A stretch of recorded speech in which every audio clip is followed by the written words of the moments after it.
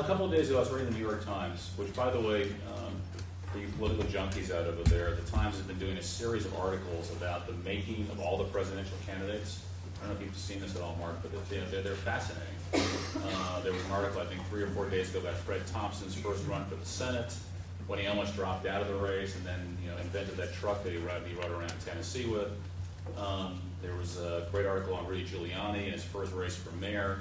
And the article I was reading yesterday, where I found something that was actually relevant to this class, was about Obama's first big run after he was state senate. Barack Obama having his rear end handed to him by Congressman Bobby Rush in a congressional election, I think in 1998, where I think he barely got 30% of the vote, challenging an incumbent but popular congressman.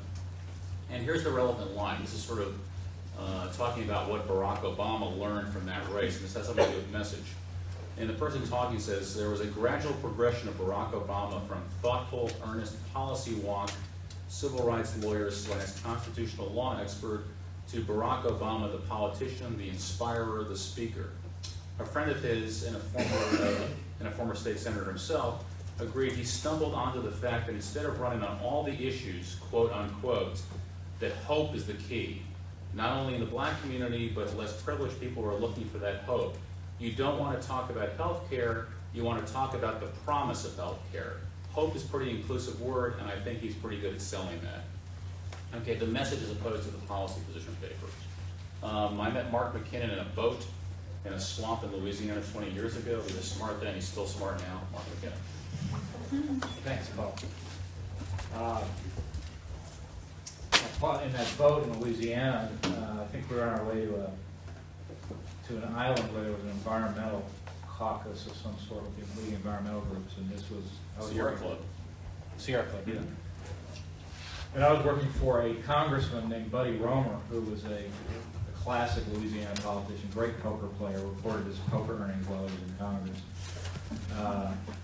His father had gone to the federal penitentiary, working for Edwin Edwards.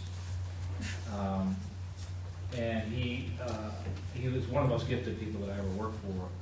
But nobody knew him. He was from northwest Louisiana.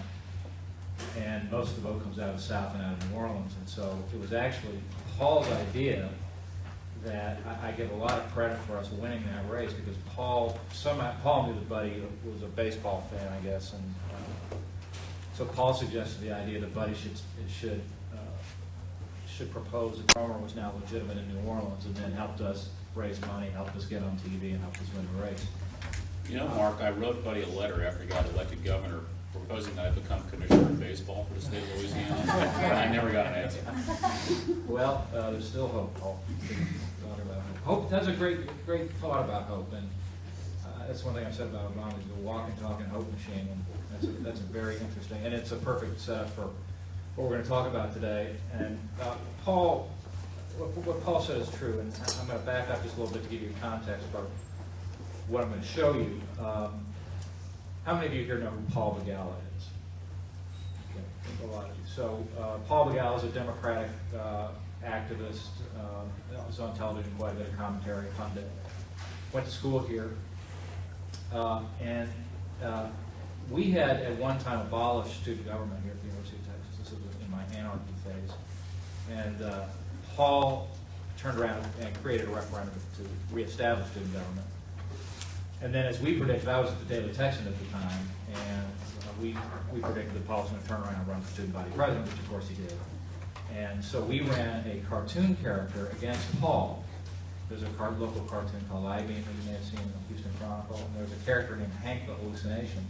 So we ran Hank against Paul, and Hank beat Paul on the first ballot. And then, as a sign of Paul's considerable political skills, he took Sam out for lunch the next day, bought him a pitcher of beer, and the next day we woke up to discover that Hank had been assassinated, and Paul thereby acceded to the presidency.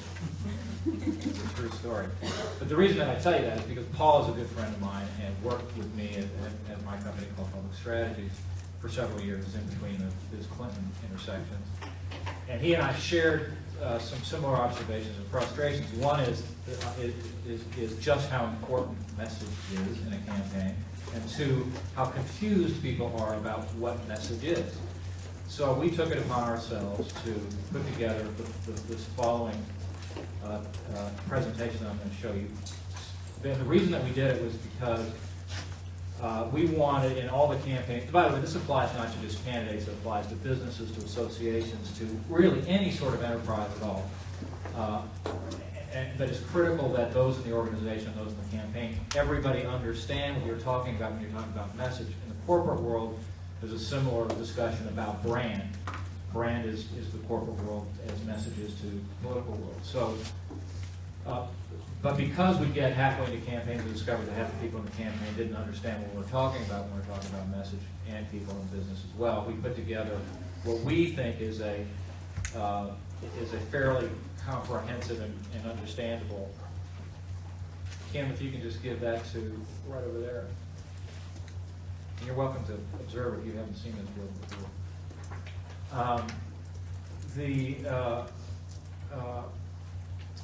And so we put together this presentation, which presents what we think are the important elements of a successful political message. And the goal was so that we do this. We sit down with any candidate for office, any CEO, any head of an association before we start any campaign. We go through this drill, so that at the end of this, when we get into the campaign, when we're talking to them about message, everybody knows what we're talking about in the campaign. So, as Paul said, it really, at the end of the day, it boils down to rationale, and it's great. It's a great suggestion that Paul made about the door-to-door and also, or it's sometimes referred to as your elevator speech. What you've got when you've got to communicate something in 30 seconds about what your campaign's about, it better be about the rationale. What is the rationale for your candidacy? Why are you running? And as Paul said, that seems so simple, but it's shocking how often candidates and businesses don't get that. Okay, Southwest Airlines is a great example of a company that gets its rationale. Everybody understands it. I'm going to start off by showing you the most famous example of a candidate who failed to have a rationale for his candidacy. This is 1989. President Carter, I'm sorry, 1979. President Carter, very weak for a lot of reasons. So weak that it appears he's going to get run in the primary by his own party, and the person who's going to run against him is Ted Kennedy. So Ted Kennedy has a big problem from his past that he needs to address, this issue called Chappaquiddick. A young woman lost her life in a bridge accident, alcohol was involved, pretty messy deal. Now, this had happened sometime before, but they knew it would be relitigated when he ran for president. So they put together a strategy, and a very good strategy, which was, all right, we know this is going to be a story. Let's go ahead and rather than have 2 months of 200 stories from 200 different news organizations, let's let the most influential and popular news organization in the country at the time, 60 Minutes, have an exclusive on this subject. Let them exhaust every question possible. It'll be tough. It'll be a big story, but it'll be one story and it'll be over. Because after 60 Minutes does it, everybody will say, 60 Minutes did it. There's nothing else to say about it. It's a credible news organization. Strategy was a good one and was executing perfectly. They briefed the senator for weeks, sat down, did the interview, 2 hours, toughest questions possible. Kennedy knocked it out of the park. Everything was perfect. His aides are high-fiving each other in the back of the room, and then as the interview is winding down, they're shutting down the lights, Roger Mudd very casually asks, as an afterthought, so, why do you want to be president? And here's the moment, captured for immortality, is Ted Kennedy, caught in the headlights, and you see, it's very clear that he's thinking, damn, we didn't go over that one, right? So, and what he's being asked for is, what is your rationale? Now, and listen to what he says. That's the one you voted originally.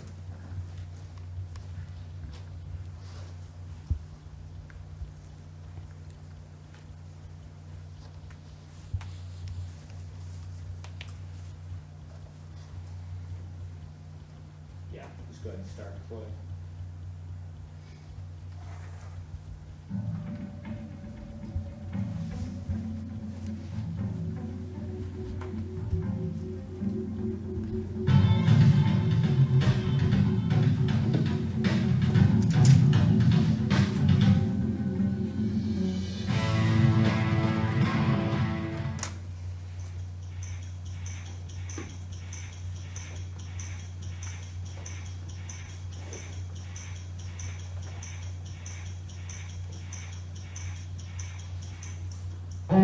want to be president.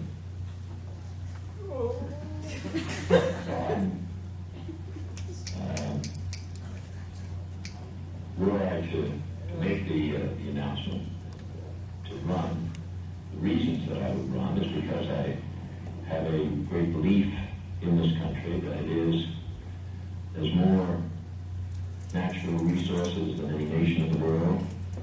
There's the greatest educated population in the world, the greatest technology of any country in the world, the greatest capacity for innovation in the world, and the greatest political system in the world. If you can just pause. Dr. Six. Okay, so, pathetic, right?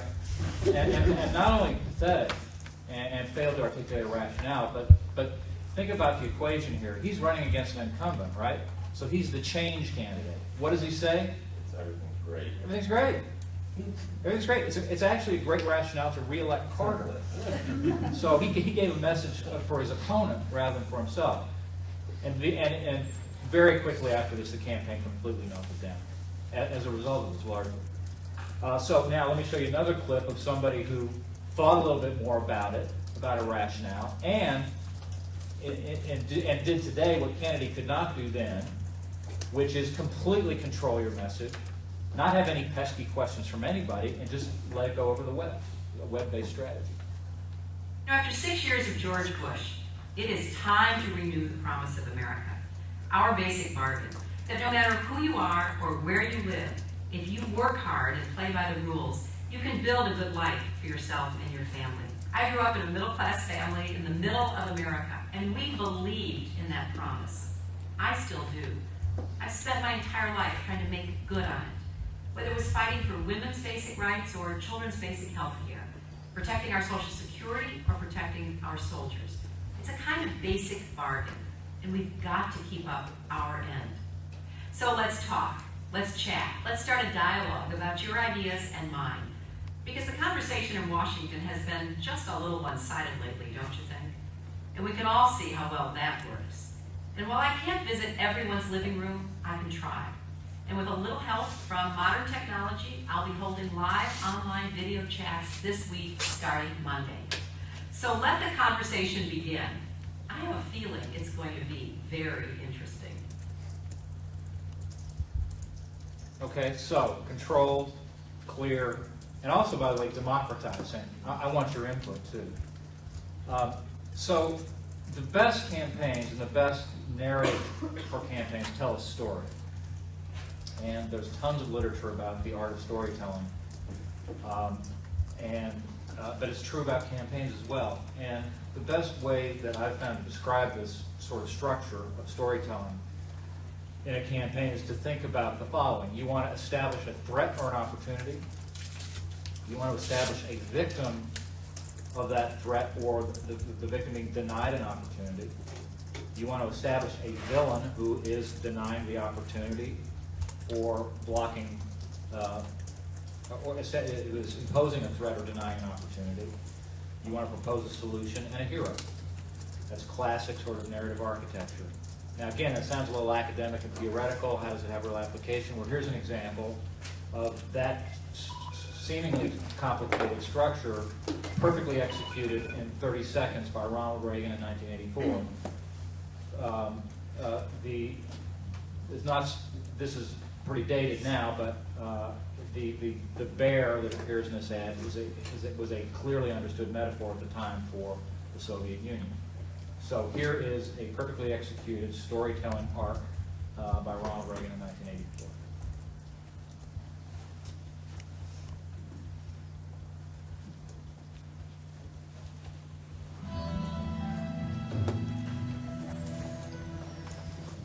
There's a bear in the woods. For some people, the bear is easy to see. Others don't see it at all. Some people say the bear is tame. Others say it's vicious and dangerous. Since no one can really be sure who's right, isn't it smart to be as strong as the bear? If there is a bear.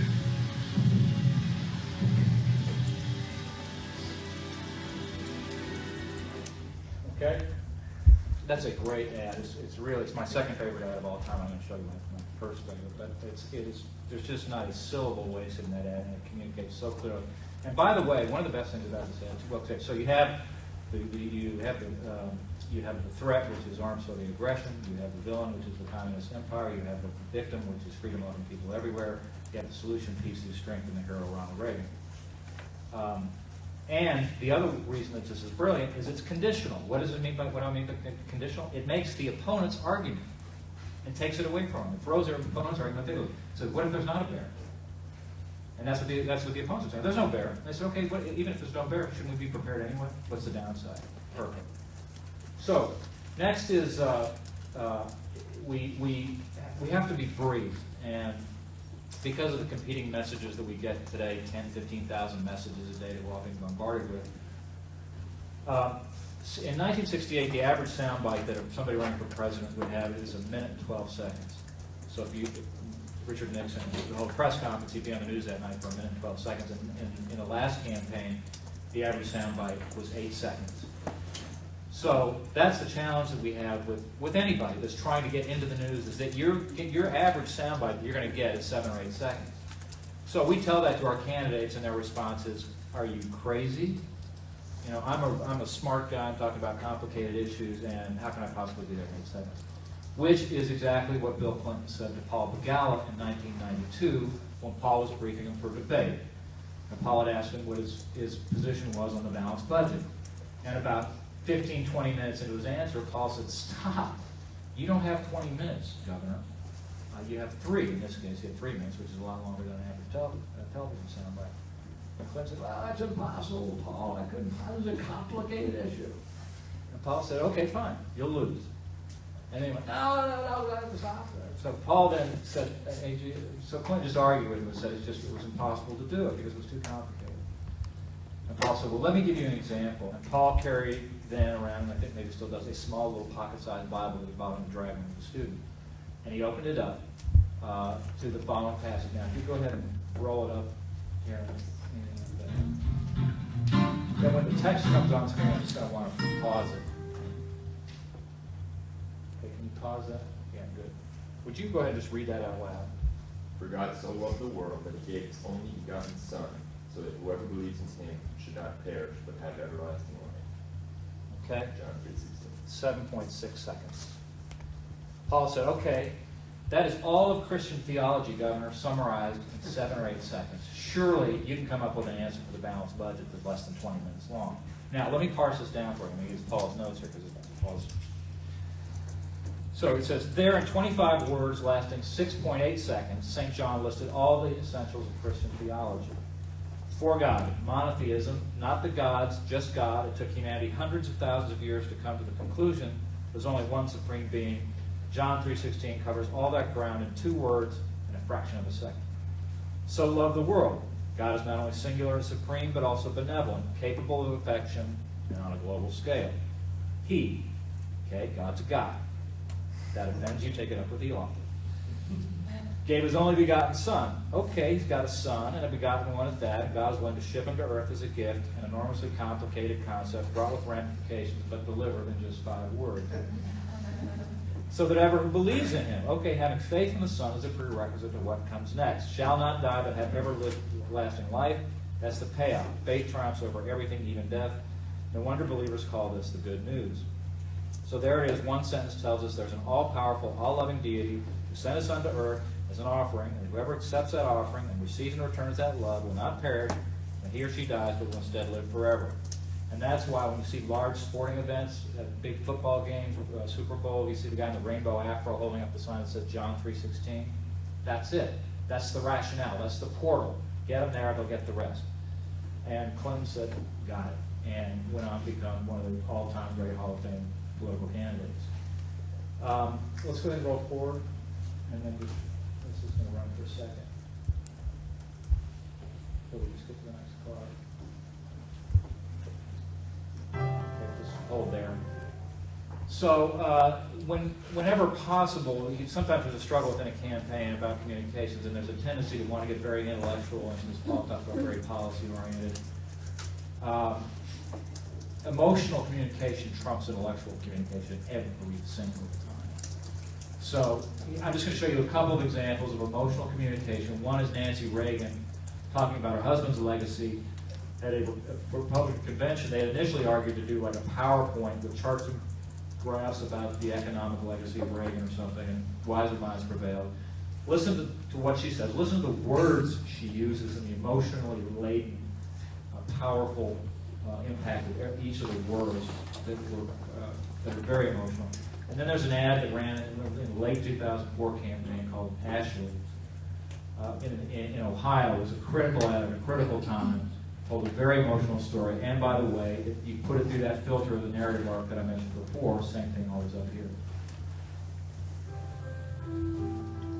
I'm not the speechmaker in the family, so let me close with Ronnie's words, not mine. In that last speech 4 years ago, he said, "Whatever else history may say about me when I'm gone, I hope it will record that I appeal to your best hopes, not your worst fears, to your confidence rather than your doubts. And may all of you as Americans never forget your heroic origins, never fail to seek divine guidance, and never, never lose your natural, God-given optimism."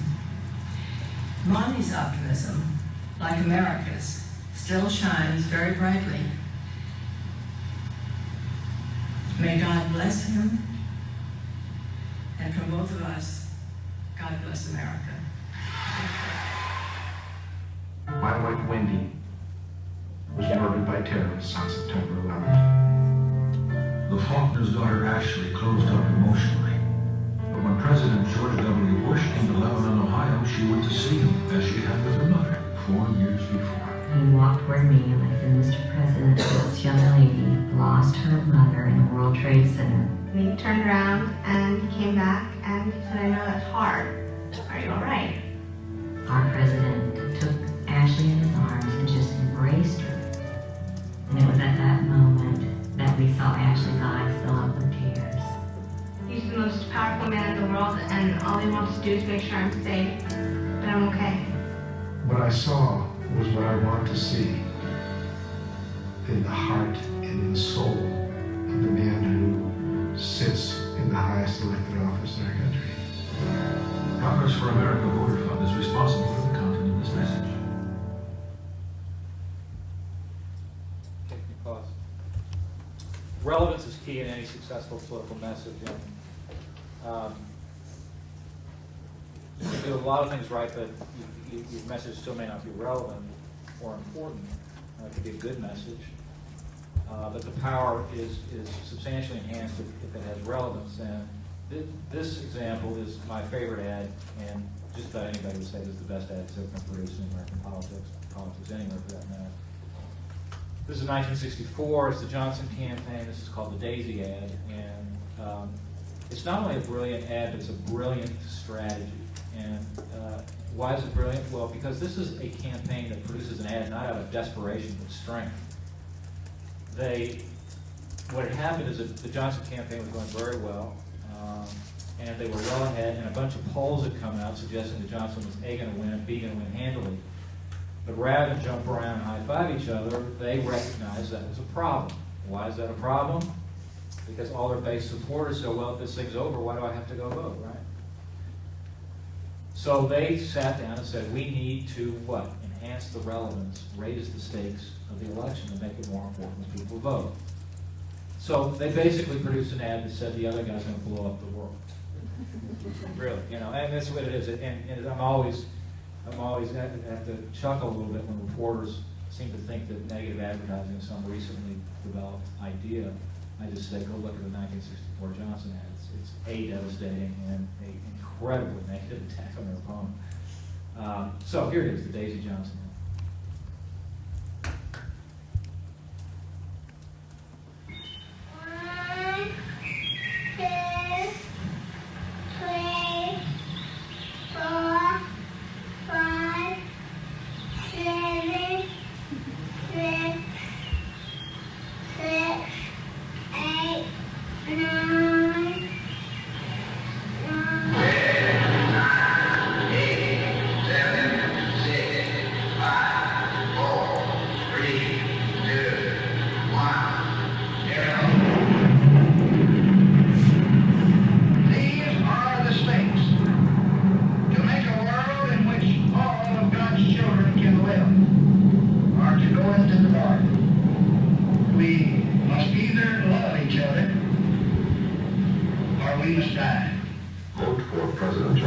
on November 3rd, the stakes are too high for you to stay home. Vote or die. Pretty relevant. Pretty relevant. Okay. So again, one of the other components of a successful political. Oh, by the way, just an interesting side note. That ad was produced by a guy named Tony Schwartz, who is primarily a radio guy, who is a incredible agoraphobic who basically never left his apartment in New York City. So consistency, clarity.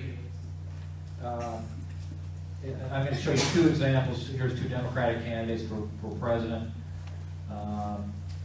One who is not very consistent and suffers as a result of that, and one who is, and success was rewarded.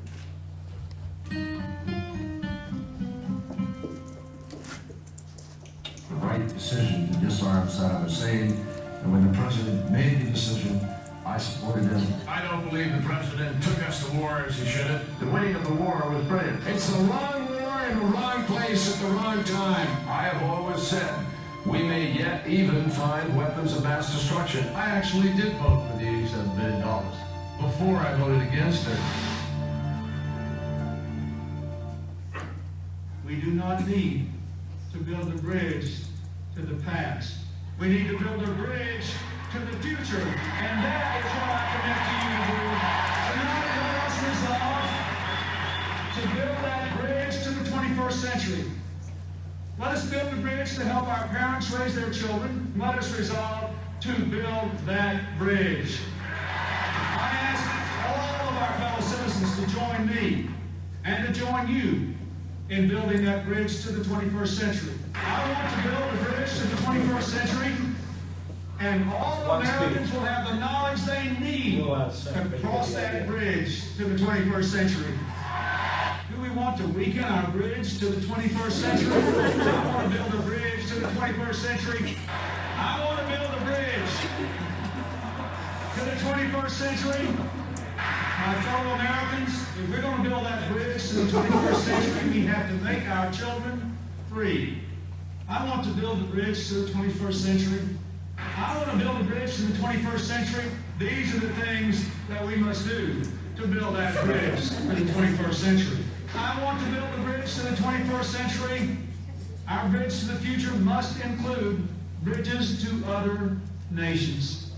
We can only build our bridge to the 21st century, and if we're willing to walk arm in arm across that bridge together. If we want to build that bridge to the 21st century, we have to be willing to say loud and clear, I'm building that bridge to the 21st century. The real choice is whether we will build a bridge to the future or a bridge to the past. Let us commit ourselves this night to rise up and build the bridge we know we ought to build all the way to the 21st century. Okay, so seems a little over the top, seems a little excessive, but what happens at the end of the day? What do you think the headlines were the next day? If you've got a message, and that's all you say, Clinton builds a bridge to the 21st century. Right? All about the future, all about hope, all about looking ahead. That's the other thing that successful campaigns do. You'll see that. It's a constant struggle for a challenging campaign. Kerry had a difficult time with articulating sort of a bright, optimistic campaign. But as Bush used to say when he was running, nobody's going to say things are all going to hell, follow me. You've got to articulate some path of progress and hope. Message discipline is the art of staying on your message and finding a way to get to your message no matter what you're asked. And I'm going to show you a great example of this after I'm done with this tape of Paul Begala with Tim Russert talking about Monica Lewinsky, and it's just a classic exchange and a terrific example of message discipline. But here's one that Paul and I like, and we like it because it's not even a politician. This is a sports character. His name's Evander Holyfield, a boxer. He's just won the heavyweight championship of the world, taking it away from Mike Tyson. Thank you. So this is what he's been scoring all his life. He's just gone through the most physically grueling exercise possible. And a reporter jumps in the ring to ask him questions about how he won the fight. But he's got another agenda. He's got something else that he wants to say. And listen to this exchange back and forth. Two people, the reporter who wants his questions answered, and Holyfield who has something he wants to say.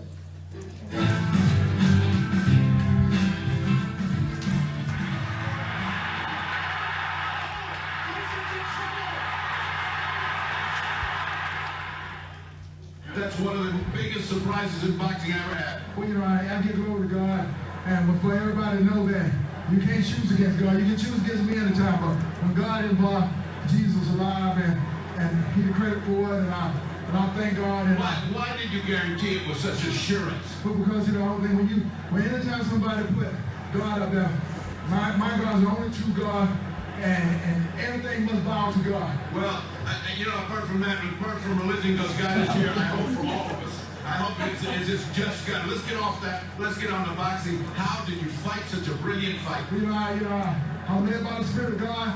Like I told everybody, whatever the Spirit leads me to do, that's what I would do.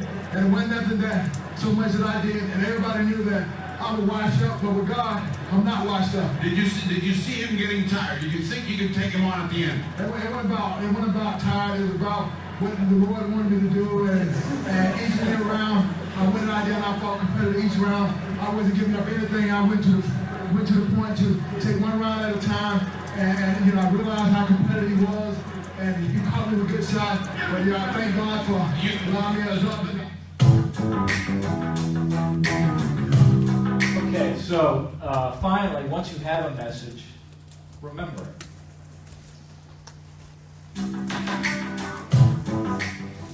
You co-sponsored a bill requiring the display of the Ten Commandments in the House of Representatives and the Senate.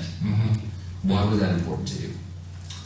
Well, the Ten Commandments is not a bad thing for people to understand and to respect. I'm with you. Where better place could you have something like that than in a judicial building or in a courthouse? That is a good question. Can you think of any better building to put that in? No. I think if we were to for that, we may lose a sense of our direction. What are the Ten Commandments? You want me to name them? Yeah.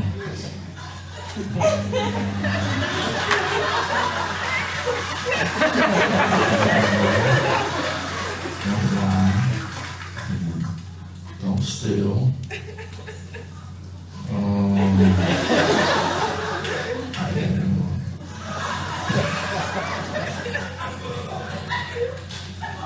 Congressman, thank you for taking time away from doing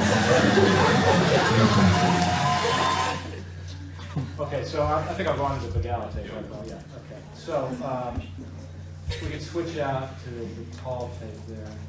And so here's the setup. This is right in the middle of the Monica Lewinsky episode, and Paul is going on Meet the Press with Tim Russert, who is, you know, the toughest interviewer in Washington. And and so Paul is going into a very, very difficult situation. He has very little information himself, and yet he's got to defend the president. And so I can't imagine any more difficult circumstances going into a situation than Paul is here, and yet he does an amazing job of maintaining message discipline, listen to how often he repeats himself, and turning the guns on the prosecutors as opposed to the president.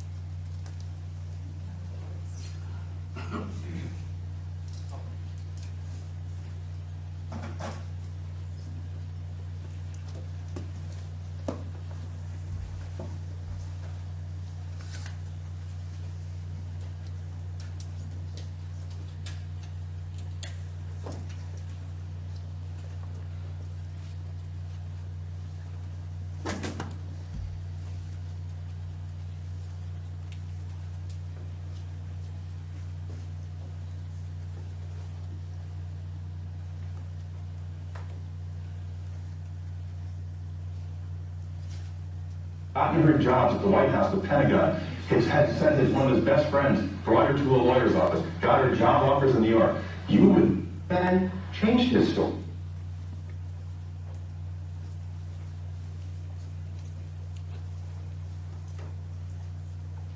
Meet the Press with Tim Russert. First, the counselor to President Clinton, Paul Begala. Good morning, welcome. Good morning, Tim. A very simple question.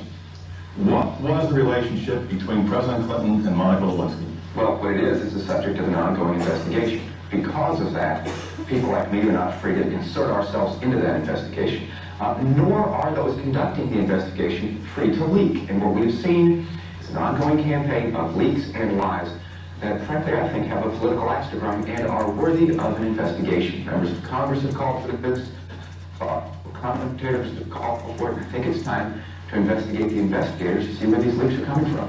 Can you cite a rule, a law, a regulation, or a court order which prohibits the president from telling the American people specifically about his relationship? Well, in terms of the Jones case, which has some overlap with this, there is a binding gag order. In terms of the Starr matter, it has always been the president's policy not to comment on that investigation. As his political and communications advisor, I think that's very sound because he should focus on the issues that he was hired to work on, and he's been doing that. But I will say also that his lawyers, with all respect, Ms. Gill, that's not true. When information is favorable to the White House, for example, they came out and said, oh yes, he met with Betty Curry the morning after her testimony to the grand jury, and we were just trying to refresh her recollection of why won't the President of the United States come forward and say to the American people, this is what happened. This is why she visited the White House 37 times. This is why she sent me 6 gifts. This is why she had a job at the White House, the Pentagon, and a job offer at the UN. This is why I gave her gifts. Now, let me show you a tape of the President said 3 weeks ago, and then get your reaction.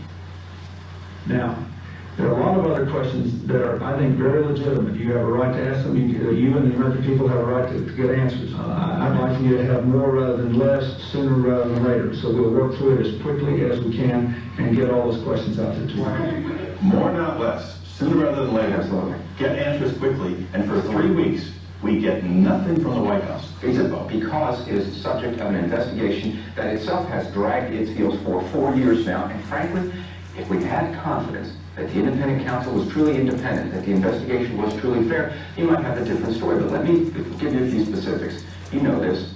Ken Starr makes over $1 million a year from tobacco money, some of the most bitter opponents the president has had. At least 4 witnesses have come forward and said that Starr and his office have tried to intimidate them into changing their testimony and testifying falsely. And now there's a new report from the New York Observer that says the main witness in the Whitewater matter, David Hale, was befriended by the head of a slush fund set up by Ken Starr's chief patron and sponsor, Richard Mallon-Scaife, who then changed his story.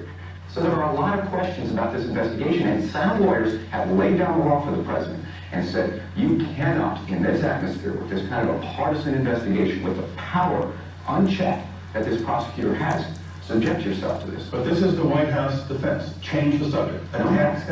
Attack Ken Starr, attack media. Let me go back to the issue before us. Why won't the President of the United States come forward and talk about this candidly? He is not bound by any law, any regulation, any court order. The only reason he won't is because, you just said it, he may put himself in legal jeopardy. Because we have seen an ongoing campaign. Let me tell you, it's not just the White House. Ms. Lewinsky's lawyer told the Associated Press, and I quote, the Office of Independent Counsel is conducting an orchestrated campaign to pressure Ms. Lewinsky into statements that are not true. There's a professor of law at the University of Arkansas who claims that he was threatened, intimidated. They said they were going to investigate his mother if he didn't sign a statement that was false. Again, let me go on. Let me go back to the President. This is what I said 3 weeks ago. You'll get your answers, legitimate questions. We'll get them to you quickly.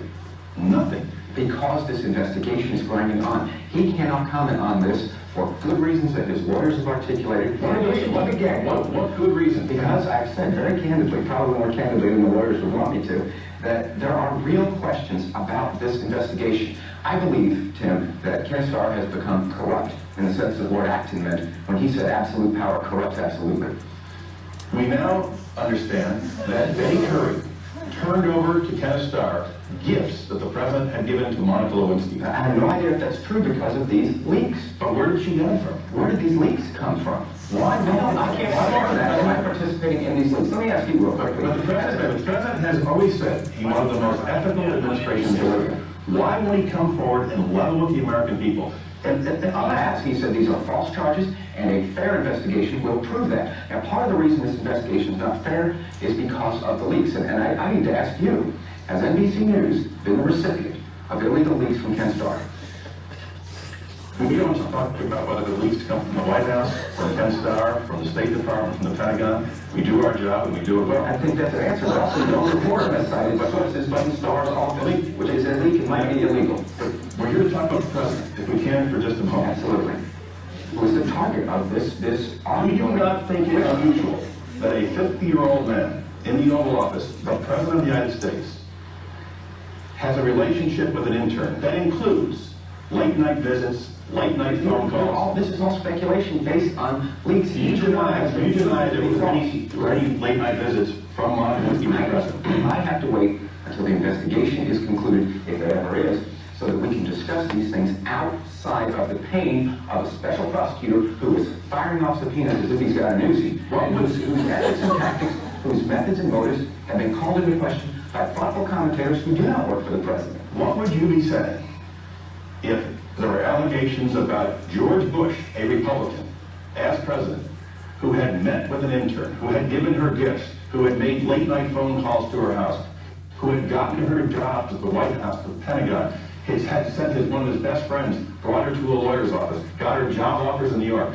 You would not be saying what is going on at the White House. In fact, CNN has reported that Linda Tripp, one of the people involved in this, was also the source of a scurrilous, scandalous lie about George Bush and his private life. And when that lie came out, the Clinton campaign agreed with George Bush that it was a lie and it was unfit to try to smear that president that way. That's what I would have said then. That is what I say now. There are serious questions of wrongdoing here, and I think we need a truly independent investigation of the investigation itself so that we can know who's behind these lies, who's behind these leaks, and let the investigation continue. So in your mind, the investigation of Ken Starr is more important than finding out from the President of the United States whether or not he had an appropriate relationship with the White House? We will absolutely find out. Rest assured, there's ample press interest in this. There's a pretty fair amount of prosecutorial interest. This will all come out, but it ought to come out in a way that is fair to the rights of the President. He has rights in this too, Tim, and we ought to try to protect those rights before we start launching into assisting some D.D. Myers, former press secretary to President Clinton, close friend to the President, said it's not routine, it's extraordinary that a White House intern would return to the White House 37 times. First off, this is not Ken Starr, this is a White House loyalist. First off, this is over a period where it would be less than twice a month. Second, if I can explain a little bit about the system, to be waved in is the phrase. Doesn't necessarily mean you came in onto the grounds. To come onto the grounds doesn't mean you came to the White House itself. To come to the White House doesn't mean you went to the West Wing or to the Oval Office, and it certainly doesn't mean that you had any kind of improper conversation with the President. So this is at least 5 steps removed from reality, even if the leak is true. And so far, the score on leaks has been a whole lot of lies and not very much fact. Mr. McGarrett, let's get beyond the leaks, let's get beyond Ken Starr. All the speculation, only one person can come forward and say to the American people, this is what happened.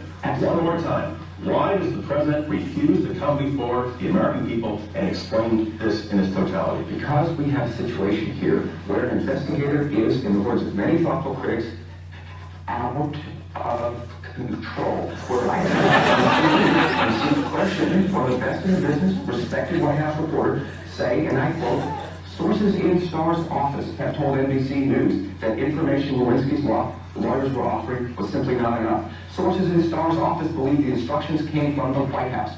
Now, when sources in Starr's office are cited that way by a solid reporter like Claire Shipman, forgive me for concluding that sources in Starr's office are leaking, and that might be criminal. A much more serious crime, frankly, than signing a false affidavit by a 24-year-old kid in a civil lawsuit. Let me show you one more tape from the President's news conference. This is a question by CNN's Wolf Blitzer.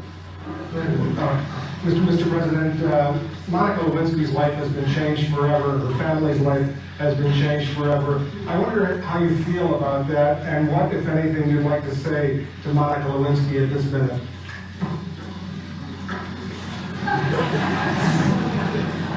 That's good.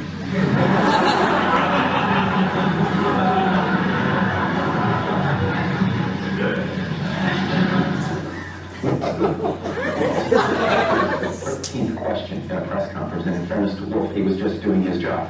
But the 13th press conference question, when you're standing there with the Prime Minister of Great Britain, I think he's deserved a little lighthearted moment to say one more time, coming back at something that Mr. Blitzer knew very well the President was not going to comment Well, the sense many people got from that, however, is the President was basically saying, you know, this is all a game. No, I slip away.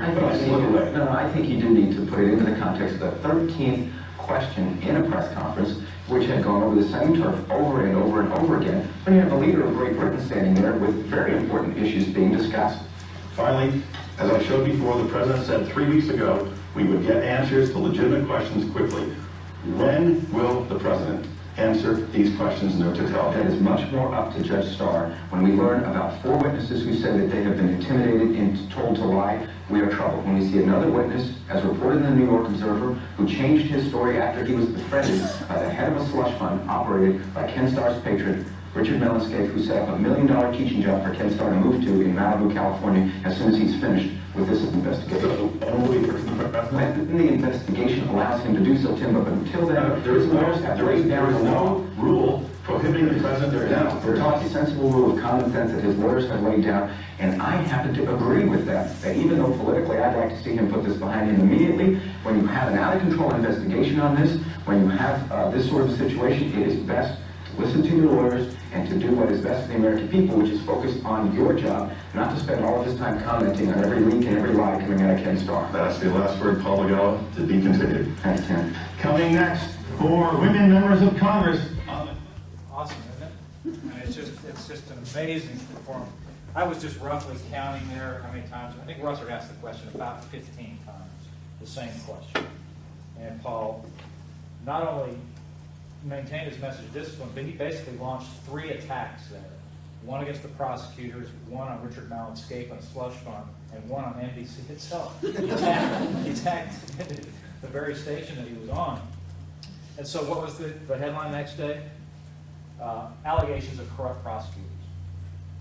Allegations of corruption. So he turned the cannons off of the President onto somebody else. And it's just an extraordinary performance. So on that, I think we'll take a break. Yes? Let's take about 5 minutes off, and remember, since you're going to be choosing your campaign plans today, okay, you have somebody over here, you know, who is the best in the business in terms of developing a message. We're going to be expecting a message from all your candidates. Have your questions ready in 5 minutes.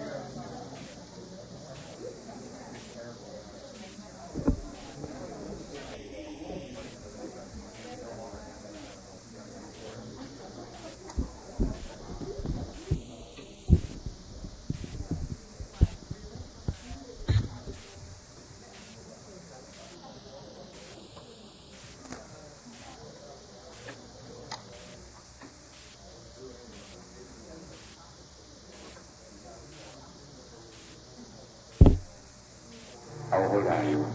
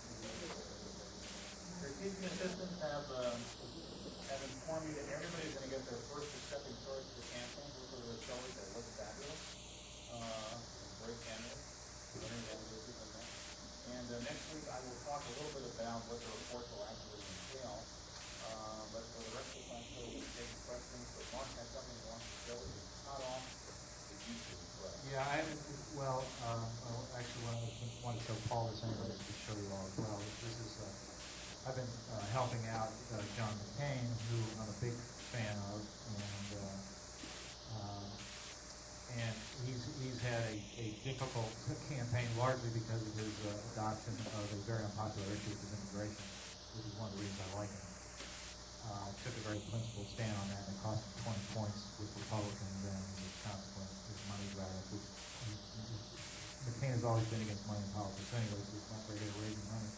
But he's scratched his way back, and he's now in the top first place in New Hampshire, and you can never count him out. And he's a great hero and an amazing story. And so, as part of his sort of September relaunch, where we put together a new strategy and launched an ad campaign, this is one of the ads, and we found the original footage that was given to his first wife that was shot by a French communist journalist that were using it as propaganda when McCain was a POW, prisoner of war.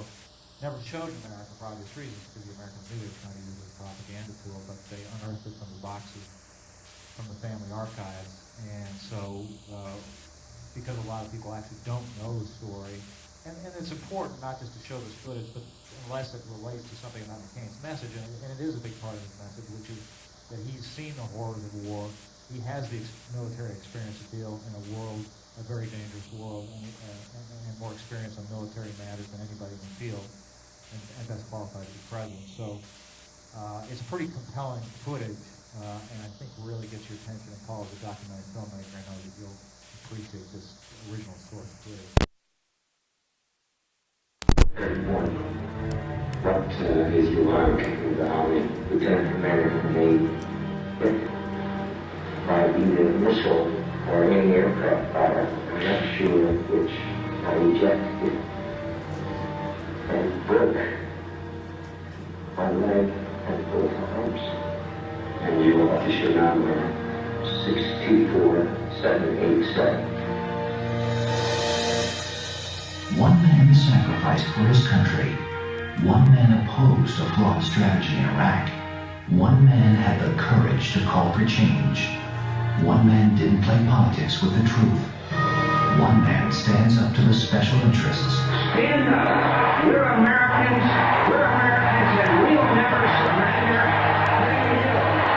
One man does what's right, not what's easy. I'm John McCain, and I approve this message. So and McCain, by the way, didn't want us to use that footage. He thinks he looks too vulnerable. People think he was kind of a sissy there. It's just amazing. They had just rebroken one of his legs right before they shot that. He always he kind of teared up there, and he so never wanted anybody to see that footage. But I think it's pretty remarkable.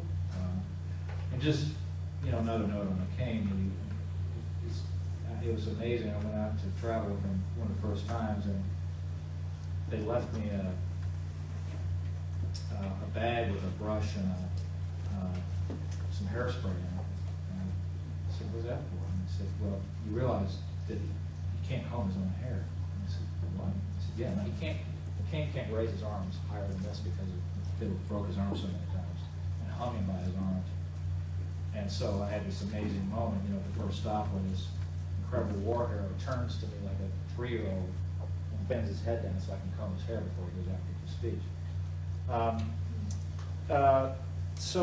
Anyway, McCain's, it's not probable. It's possible that he'll scratch his way back in New Hampshire, and then he can win New Hampshire. Then his chance he wins South Carolina, and then put those get on a roll and put it together. We'll see. It's very the Republican side of this race. It's very unsettled, which is good for McKinnon. So we can talk about all that and the Democrats and handicap the whole thing. We can talk about whatever you want to talk about. I did get a specific question about some of the ads from 2004, so I can either talk about that or talk about whatever you want to talk about. Why don't we start with the first question you got? Can you tell us what the question is? Yeah, can you load that? I'm going to set this up. I was asked about, and I'll probably talk about this some next week with David Weeks. Hopefully I'll be here as a debate in Detroit that night, but I think I can do this and then get there in time. But anyway, so this.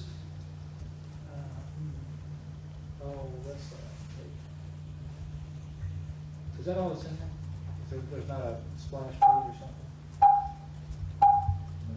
Okay, we don't want that. So the question. George W. You can stop that. We don't need. I can just talk about it anyway. The most critical moment of the 2004 campaign was the infamous moment where John Kerry said about the military appropriations that I actually voted for it before I voted against it. And so, but there's a real, because that was what we call the gift that just kept on giving the whole campaign. Because it said everything about Kerry that we've been trying to say, which was that he was inconsistent, flip-flop, had no clear principles, and he did it to himself. And so it was a really iconic moment, but it didn't happen by accident. What happened was that we found out that Kerry was going to West Virginia. And West Virginia was a critical state because we had taken it back in 2000. It's been traditionally a Democratic state. So Kerry was going to West Virginia to sort of plant the flag there to send the signal that they intended to take West Virginia back. And a lot of veterans in West Virginia, and Kerry put together a veteran event. And so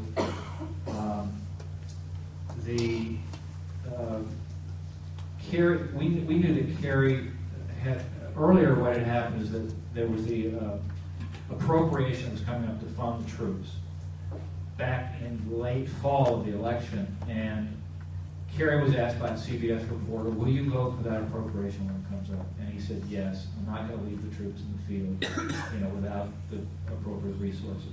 And then the reporter asked a very tough follow-up, which is something about, well, if you have your own amendment and that fails, you still vote for it. And he said, unequivocally, under any circumstance, I'll vote for that appropriation. Then what happened? Well, Howard Dean took off. And suddenly, Kerry was cross-pressured by the left into voting against that appropriation. And he had no clear rationale for that vote, because he had said so clearly and unequivocally to the reporter that he would vote for it under any circumstances. Dean cross-pressured him. Dean was taken off. He needed to appease the left. He rolled over and voted for it. So what we did was, knowing that he was going to that group of veterans in West Virginia, we produced an ad very quickly that basically that highlighted that vote against the appropriation. And because of, so we found out about this on a Sunday night. He was going Tuesday. We wrote the ad Sunday night. We produced it Monday. because of electronic technology that we had now, we could electronically send it down to West Virginia. And what happened is Kerry got off the plane in West Virginia, and everybody was talking about this ad. The reporters were, his campaign was, everybody was talking about this ad, talking about his vote against the appropriation. So it's totally in his head, right? Now we've got him psyched because everybody's asking him about this ad and the vote against the appropriation. He's going in to see these veterans. He knows the question's going to come up. And so he walks in, gets to the veteran, gets into a Q&A, and he turns around in response to the ad and says, you know what? I actually voted for that before I voted against it.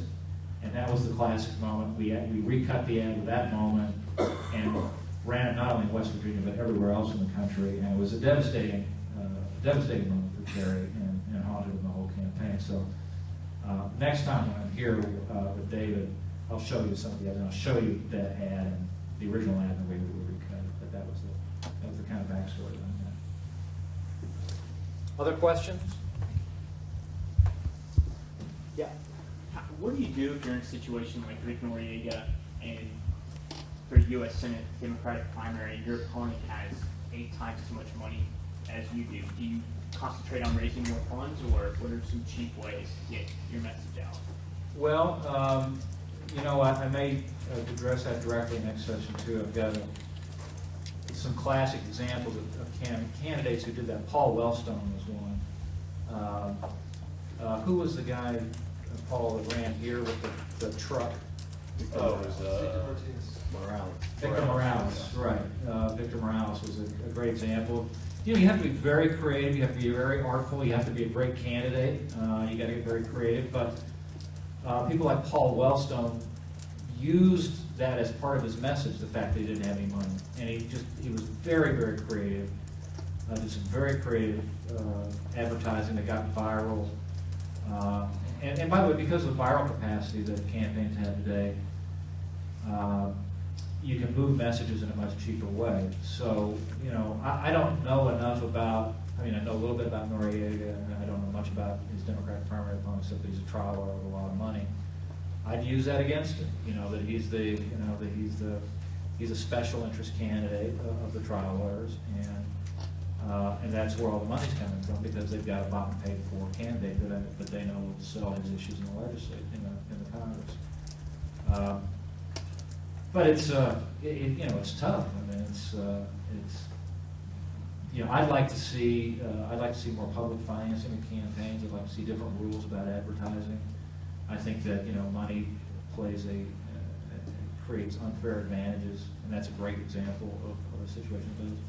I'll tell you the funny. Well, I can't tell you about the funny thing about Texas, not in federal race, but in state races.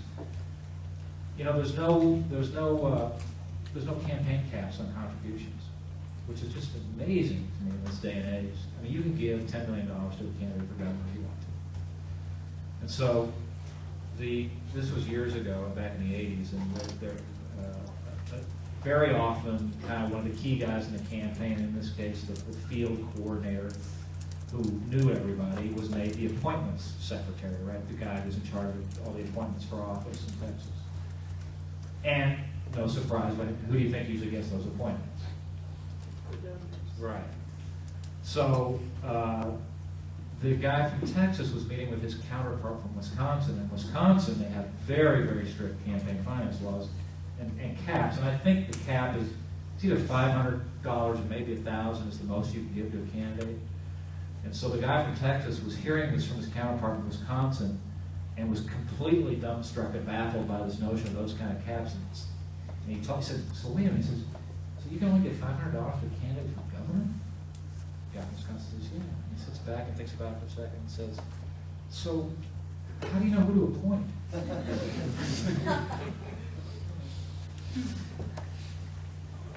Yeah. I have a question from the Clinton speech where he's saying the same expression 22 times. First, how long was that speech about? It was about 45 minutes, so it was once every 2 minutes. And how do you have a candidate do that without sounding ridiculous? I mean, I know there are people who will watch speeches by the current president, you know, and they just laugh every time he keeps repeating that one and that one and that one. Yeah. Well, you have to think about, you know, what's your goal? Your goal should not be the hall, but what are people going to get outside the hall? And the news clip is going to be him saying that once. And the news story is going to be the reporter saying, Clinton today in his nomination speech said his campaign about building a bridge to the future. So what may seem excessive in the hall, when it gets amplified outside of the hall, well, you have YouTube today, and that'd be a little different, but the point is, you're going to get about 8 seconds on TV, and so they're just going to show one clip of it. And so you're right, if you're in the hall, it may seem a little excessive, but those people vote for you anyway. And they, so they're going to give you the benefit of the doubt. And plus reporters who are pretty savvy just know, they kind of get the drill and they understand what they're doing. But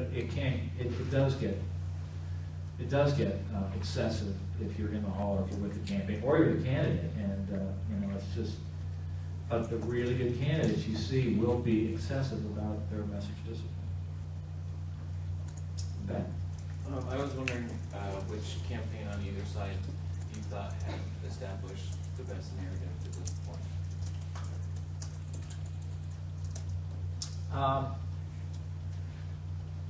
Let's see.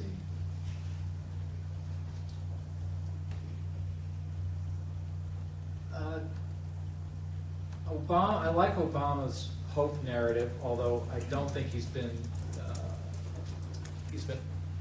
as successful as he could be and should be with that narrative.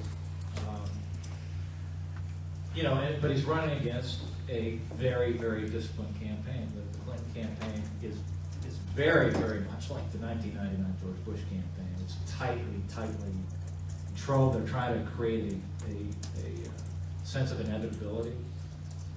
And they've done a hell of a job. They make very few mistakes. So, but Obama has a narrative. He's got a story that again, I find very compelling. And when I read his book, the whole idea when he was in New York and decided not to take the corporate career ladder, went to Chicago and kind of worked the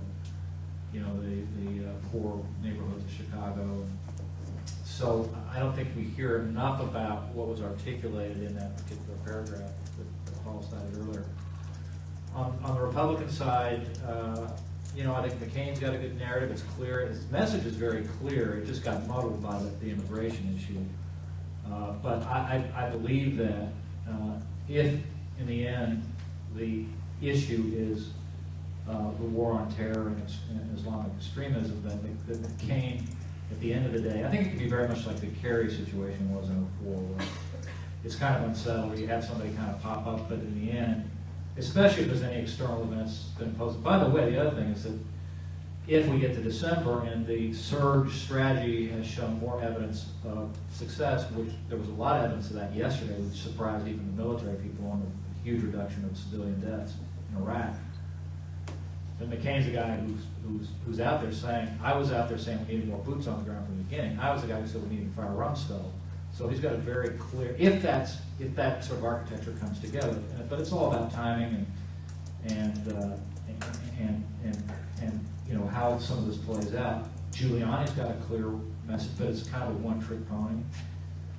Fred Thompson is an interesting candidate who I think has yet to really articulate a clear rationale, and it's hurting him.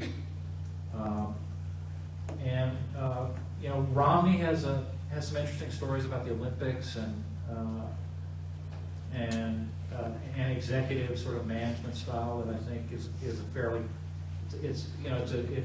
there's a lot of concern about government doing a job well, and he's got a good message about that. So he's got a kind of clear space on that as well. The thing that I find odd about Romney is that he's just too perfect. He's like a game show host in his debates. And I just think that we're in a place I think American voters are very sophisticated, have really good bullshit detectors, and I think that there's just something, they want to see some evidence of humanity, some evidence of the soul, some evidence of vulnerability, some examples of humanity, and but the Republican field, you could make an argument this could be like a four-way finish, in Ohio, particularly if Gingrich got in, which he's not going to now, but, so that's sort of scattershot answer. Yeah. Is there ever a point where you become too on point, too packaged in your messaging. I'm thinking specifically with Hillary, just, you know, she is really just on point with discipline the whole time. There was a debate last week where the question came up teaching homosexuality to elementary school students, and Obama and Edwards said, I'm paraphrasing, but basically, yeah, that makes sense. You know, we need to be teaching tolerance and equality, all that sort of stuff. And Hillary came in and said, I respect their answers, but, you know, it's a decision for parents to make. I don't think it needs to be in schools. That's gave a very calculated answer looking down the road. And then, you know, Romney and Giuliani came out and slammed Edwards and Obama for saying those things. And then I found it interesting because then on Sunday, Frank Rich in the New York Times ran a column, saying this may not work out for her in the end. I think that's a great question, great observation. I think that's her greatest vulnerability. I think it just gets so packaged that that people begin to have questions about it, and you know, that's where, you know, I think Obama or Edwards has got to be, you know, very sort of aggressive in showing that they're not that packaged, that, you know, that they're going to throw deep and make some sort of uncalculated moves. Because I do think it, at a certain point it becomes very calculated looking, and it is very calculated. But you know, the best campaigns operate on a jiu-jitsu model. So you take that and turn it inside out and make it, rather than an asset, make it a liability and play against it. So I think Rich's column was really good and really on point on that. Yep. About message control. There's an interesting situation right now where Obama, I think, 2 words, you know, his enough narrative. His main point is change, where he's able to use, and he has recently in defense of criticism from Bill Clinton, used his own words. When Bill Clinton first came in, he was kind of the same, you know, talk about that. Yeah. Well, I've said all along that I think that Obama would be a much better general election candidate because, you know, this is, elections are fundamentally about status quo or change. And there's a question that we ask in every political poll we do, and the first question is always, do you think the country or the state or the city, wherever the election is headed in the right direction or the wrong direction? And if it's right direction by more than 50%, that's what we call a status quo environment. So and it's good for the incumbent. If the wrong direction is over 50, it's a challenger's race, and that's what we call a change election. Now, it's conventional wisdom, but in the current dynamics, I haven't seen numbers on the wrong track this bad since 1992, when it was so bad that you know, that had there been a different third-party candidate, they probably would have won. Because people, you know, and look at it today. There was a number the other day I saw where the approval of Congress was 11%. 11%. You know, it's down to family members. You get that low. So people ask me, you know, in that kind of a scenario, who's the best candidate for the Democrats? Well, to me, it's the one that most embodies change, and to me, that's Barack Obama. You know, if Clinton weren't Clinton and a woman, she would be, but she's a Clinton, and so there is so that tempers her ability to articulate a change message, and so, which of course is why she's articulating a message of experience. But listen, you know, the problem Hillary Clinton is going to have, having run such a good campaign, is she's created huge expectations for herself, and this political game is in the end about expectations. And you know, everybody thinks that she's blowing away the field right now, but when you look at likely voters in Iowa right now, Barack Obama's beating her.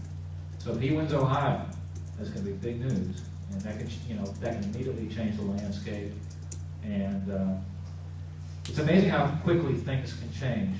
And it was a great lesson for us in 2000 when, you know, we sort of said, well, we're so strong in South Carolina, and we were, that it really didn't matter what happened in New Hampshire. And one of our opponents said, you know, this is he articulated what he called the man who would be king theory. which he said, as soon as voters see blood and recognize that you're mortal, then they'll shift on you immediately. And so the worst news for us in 2000 was not when we lost New Hampshire by 19 points, but what happened when we woke up the next day to see that we'd lost 35 points in the polls in South Carolina overnight. So that supposed, we thought that was a firewall for us. We were so strong in South Carolina, but as soon as voters saw that we were vulnerable, they were like, see ya. As soon as they sensed that somebody else is moving. So that's why I think it's very tough for Giuliani, who's clearly counting on leapfrogging over the early states to the big February 5th day where he could potentially win California and a bunch of big states, because what's going to happen is somebody's going to get some momentum coming out of those early states, and those votes in California, everybody else will shift dramatically. Yeah. Does the election type, particularly like whether it's a change election or a status quo election, dictate whether you have more of a hopeful message or a fearful, or message that appeals to fear? Like, for example, 2004, I think, would be one of those elections where the 9/11 terrorism. Sure. Yeah, definitely. So just talking about the conventional wisdom for a second, it doesn't always hold up, because in 2000, when Bush was running against Gore, everything on paper said that the Democrats should win that election. We were in a very good economy. In fact, I argue that the economy was so good, people kind of took it off the table, so that nobody can screw this up right now.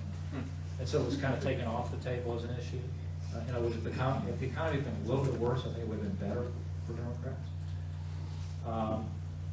But when you ask people, so what are the top three issues? They said Social Security, healthcare, and education.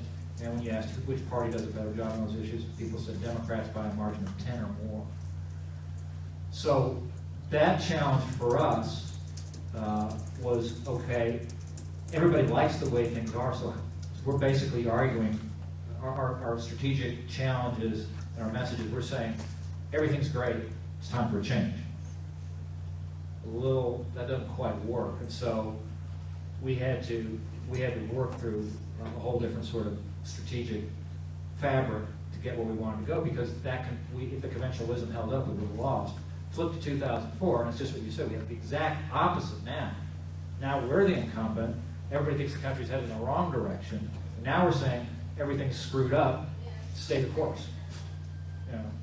And so again, we have another sort of strategic, a difficult challenge. And so part of our message was articulating exactly what we said, which is you may not like the guy, you may not even like his policies, but he's clear about what he's doing. He's doing what he says he's going to do, and it's dangerous times.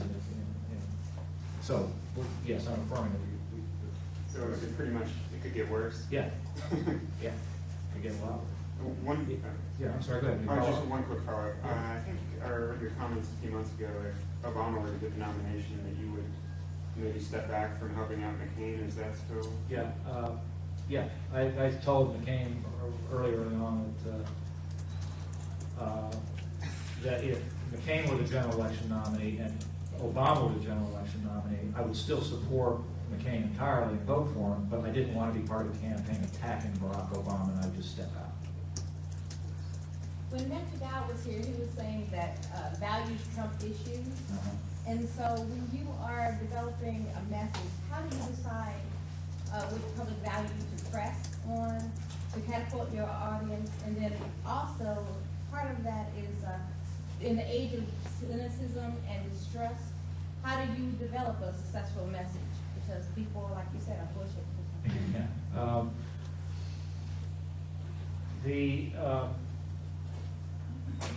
I talked a lot with some of my counterparts in both the Gore campaign and the Kerry campaign, and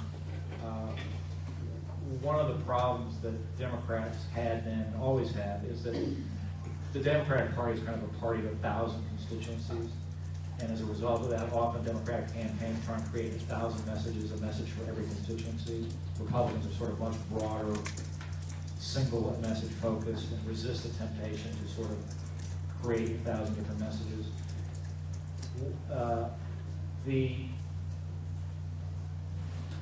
Let me just extend a little bit about what Matthew said. When we communicated in 2004, and to extent 2000 as well, when people are voting particularly for a president, there are very few single issue voters, and people, they're less than 1% are really voting on a single issue because obviously the presidency involves such a broad constituency of issues, ideas, but people in the end are really looking at a broad constellation of not just issues, but more importantly, attributes. And so, really, when we looked at communicating our messages, whether it was war on terror, whatever it is, we thought about, we wanted to communicate one of three things. Leadership, leadership, trust, and values. And one of the things that we saw with Al Gore, even when we were behind in 2000, is that on the issue of leadership, we were still beating Gore by a substantial margin. When people just looked at Gore and Bush, who did they think was a stronger leader? They thought that Bush would. And that's, we discovered through a lot of research, that's the most important thing, is that people want a strong leader. That's why Rudolph Giuliani is doing so well. People see him as a strong leader. So, what does that mean? Well, it just means that when you communicate on whatever issue it is, that you do it in a way that says something about, you try to establish leadership credentials, strength of leadership, that you're consistent in your message. And the other thing is, when we talk about values, it's the press and Democrats often sort of focus on very narrow, saying, oh, they're talking about abortion or guns. It's really not that at all. It's talking about much broader things in society that are cherished by by the citizens, and that's family, church, much broader sort of things than these very narrow sort of opt-out issues. Which next week I'll show you some ads that we produced that, and I'll talk about. I'll focus a little bit more on exactly how we communicated those ideas. But again, the lucky thing for Bush and the Republicans in 2004 is the things that Bush was strongest on were the things that Kerry was weakest on. So in other words, he was the exact mirror opposite of Bush. And in some ways, even though, arguably you could say Dean seemed a little bit crazy, that he probably would have been a better election candidate against Bush because he's seen as strong, right? I mean, at least he, people saw him as a strong, clear kind of guy with firm convictions. And that would have been tougher for us to run against because that's kind of what we were saying too. Yeah.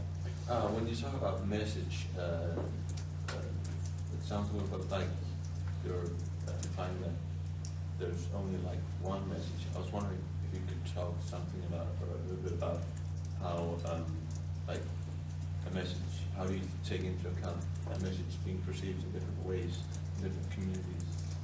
Yeah, well, on a broad level, we have a clear, sort of consistent message framing the general race. But as Matthew may have talked about, the campaigns have gotten into a high level of micro-targeting where, they have data now that will tell us, what people read, what kind of cars they buy. So we can micro-target messages as well through mail and through electronic communications that really target people's interests. And I think we'll see campaigns get very, very sophisticated about this in the future. And we just sort of began to scratch the surface of that in 2004. But as electronic capabilities continue to evolve, I think we'll have greater and greater micro-targeting capabilities so that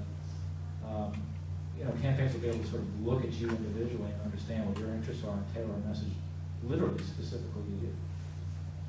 Can you talk a little bit about how to transition a message from the primary campaign to the general election when you might be appealing more to a partisan audience and then primary or issues that matter? Yeah, I think it matters a lot, and I think it's a really tough trick, and that's another reason why I think Clinton is playing this pretty masterfully, because she's clearly, she has been very careful and nuanced about just how much she sort of flips into the move on dot or space, so that she's not pulled too far left that damages her in the general election. So I think that that's been a very calculated part of her strategy that she doesn't get pulled too far left. And as I look at her Senate career, you can also see that it's very carefully designed to have a centrist appeal. I mean, that's why she's on these military committees, and you know, she's done a very artful job of putting together a sort of experience that will give her a clear message in the general election. You know, I think that's where I think like people like Mitt Romney could have problems in the general election, because he is in a way that I think is pretty transparent, really appeal to the far right in a way that could create problems for him in the general election. Yeah.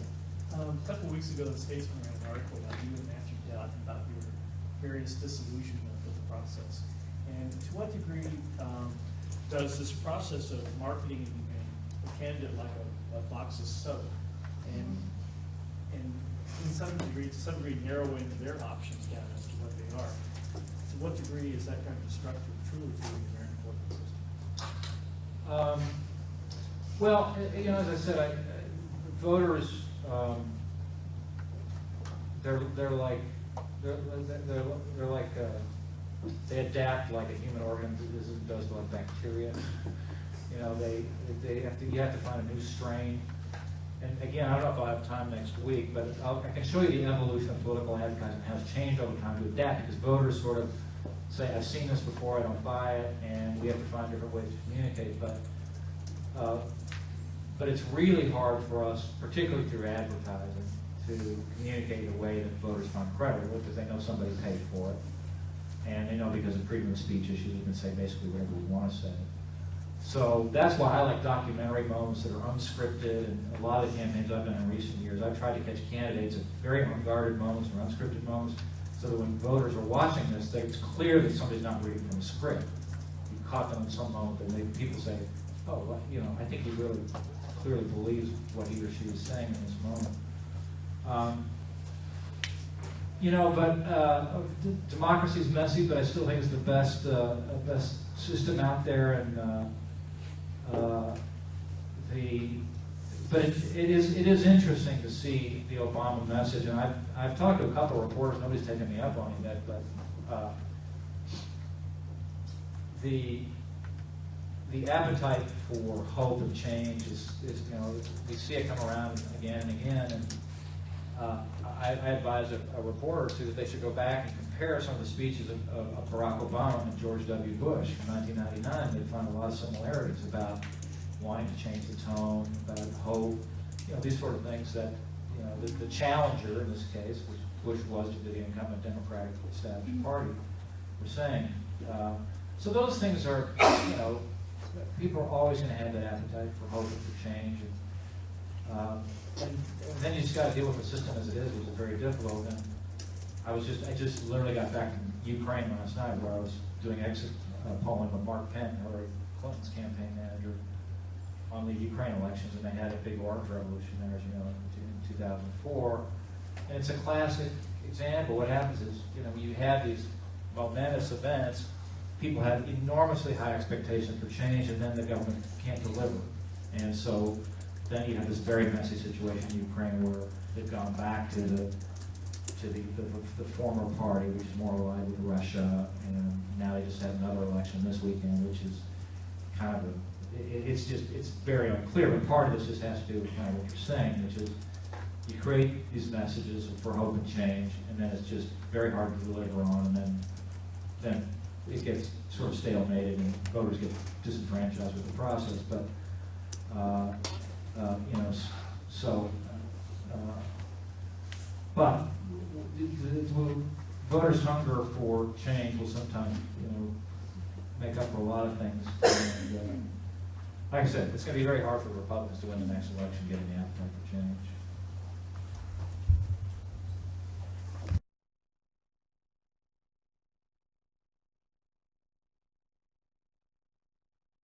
As much change as independents and Democrats, or the status quo, or the Reagan Revolution? That's the tough thing for Republicans, is they you know, they're just in this box of, they're trying to argue change, but they're strapped with the last 8 years, and so, you know, they have to So you'll hear a lot of that, and we have already sort of, saying, well, I'm going to go back to Reagan's principles and the Reagan Revolution and back to the '94 Revolution and say, that we failed to live up to our principles of change because people are very dissatisfied, but that's the real box the Republicans are in. They're trying to, they're the incumbents now, and they're trying to stay the course when people think the course is really screwed up. So Romney started to do a little bit of that about a week ago, really talking about the Republicans had screwed up. Easier for him as somebody who had been part of Congress. That's why it's tough for McKinnon and others who are part of the institutions of Congress. Clinton may overcome that. The last senator elected was 1960. As a follow-up,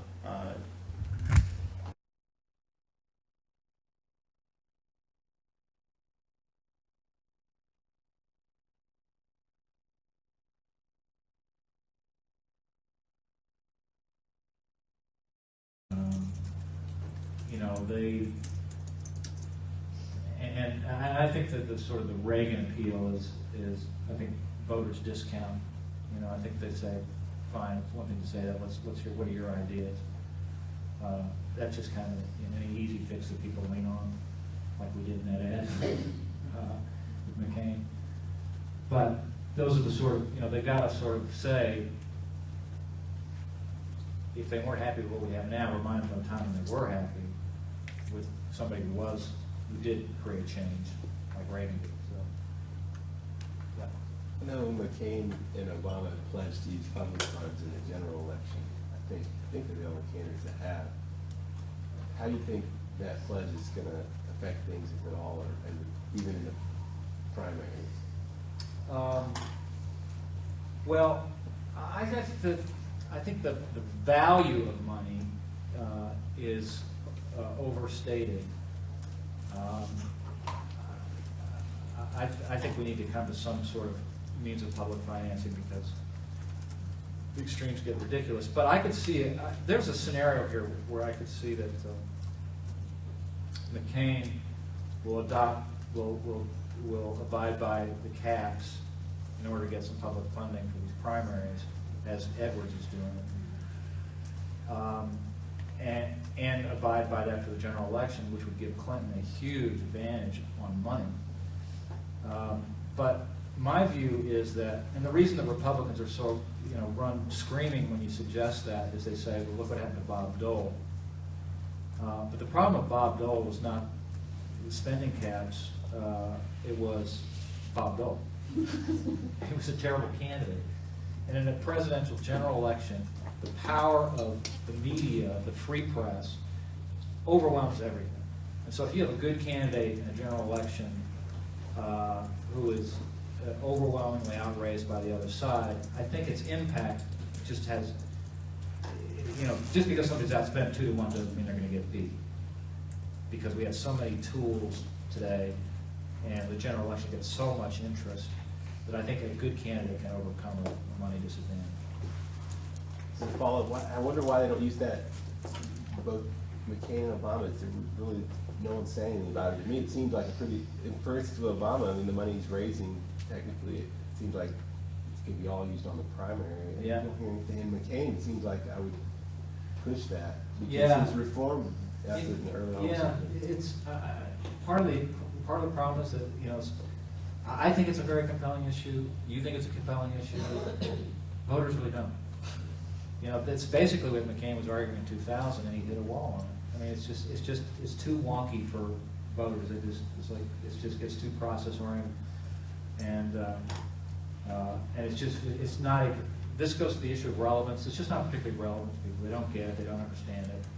I think it's important, but that's why. Yeah. When you're sitting down for the first time and trying to craft a message, where do you start? Do you begin with the hot button issues for relevance? What? Well, the other, I need to add one more clip to that reel that I have, and that is that a message also has to relate to somebody's life experience. In In other words, you can't just make up something that has nothing to do with who the candidate is. People try to do that, but they're not successful very often. So, and the really good candidates are candidates who have strong convictions and principles about what they believe in, which reminds me of a great New Yorker cartoon that had a candidate talking to a political consultant, and the candidate saying, would you remind me again about my firmly held convictions? A really good candidate is somebody like George Bush, who sat down with us in 1999 and said, okay, here are the things that I believe in, here are the things we're going to talk about. I don't care what the research says. Now you guys can go figure out a creative way to say it, but this is what we're doing. And then we went out and found creative ways to talk about that. But he was, he wanted to talk about Social Security reform at a time when any candidate who'd ever done that would, got left in the graveyard. And so we were all saying, this is crazy. This is sure political death if you try and talk about changing Social Security. And he said, I don't care. I think it's the right thing to do, and we're going to do it. So the first thing we sit down and say, okay, what do you believe in? What do you think is important? And we kind of go through that exercise. And this is a really good example of this was that Al Gore in 2000. He had all his retinue of advisors do a bunch of research, and what did they come back and say? They said, you know what? People don't really care about the environment. They care about whatever it was, the economy, healthcare, whatever. So let's not talk about the environment. Now, I mean, what a crime that was. I mean, first of all, it's the one thing that guy was passionate about. And he didn't show a hell of a lot of passion. And so if you got one thing that you can get the guy excited about, passionate about, and you take it away from, you take that pistol away from him, which is his strongest asset. So my argument would have been, even though it may not poll as one of the top 3 or 4 issues, it's the one that drives this guy. So for God's sake, let him talk about it. So that's the sort of thing that we'd sit down and, okay, so you're passionate about this. This may not link exactly with the voters' top of mind issues, but if it's something that you're passionate about, voters want to see passion, see you care about something, then let's go ahead and make that part of our campaign communication message. So important that they're being passionate, but you really sit down and kind of talk it through and find out what somebody's passionate about, what they have some experience on, and then how does that line up with sort of where the public is, and figure out a way to integrate those things. Last question. Okay, last question. Can you talk a little bit about the Ron Paul campaign and the internet phenomenon almost? Yeah, Ron Paul's a really interesting candidate. He's a great reflection of a guy with a clear message and a clear constituency. And, and thanks to the internet, Ron Paul is, he's not going to win the Republican nomination. And he's a libertarian, running as a Republican. But boy, those libertarians love this guy. And so there's a whole network out there, and I think he, in the last quarter, I think he raised more money than McCain did, or he certainly has more money on hand than McCain does right now. So, it's an example of a candidate in a crowded field with a very, very clear message. I mean, that guy put that through all those filters of the message stuff. Regardless of what you think about his ideas, he's very clear and consistent, and so you see a very strong constituency out there for him. So. He's an interesting kind of spoiler, and he's stirring the pot, but he's stirring it because he has electronic tools to raise money today to make it easy for somebody like that. So that's the good thing about the evolution of technologies. It makes it easier for sort of third-tier candidates like Ron Paul or others to break through. Thanks for having me. Thanks for being in this class, because I think it's assuming you have some interest in public policy or politics, which I think is terrific, because the world of public policy and politics needs believers and people who are passionate. So I appreciate that passion. I wish you the best of luck in whatever career you pursue. But it's a wonderful place to exercise your passion and your skills. So I'll see you next Tuesday, I think, when David Weeks will be here, who's a terrific media guy who did all the media show, the governor of Texas and many others, and we'll be showing political ads.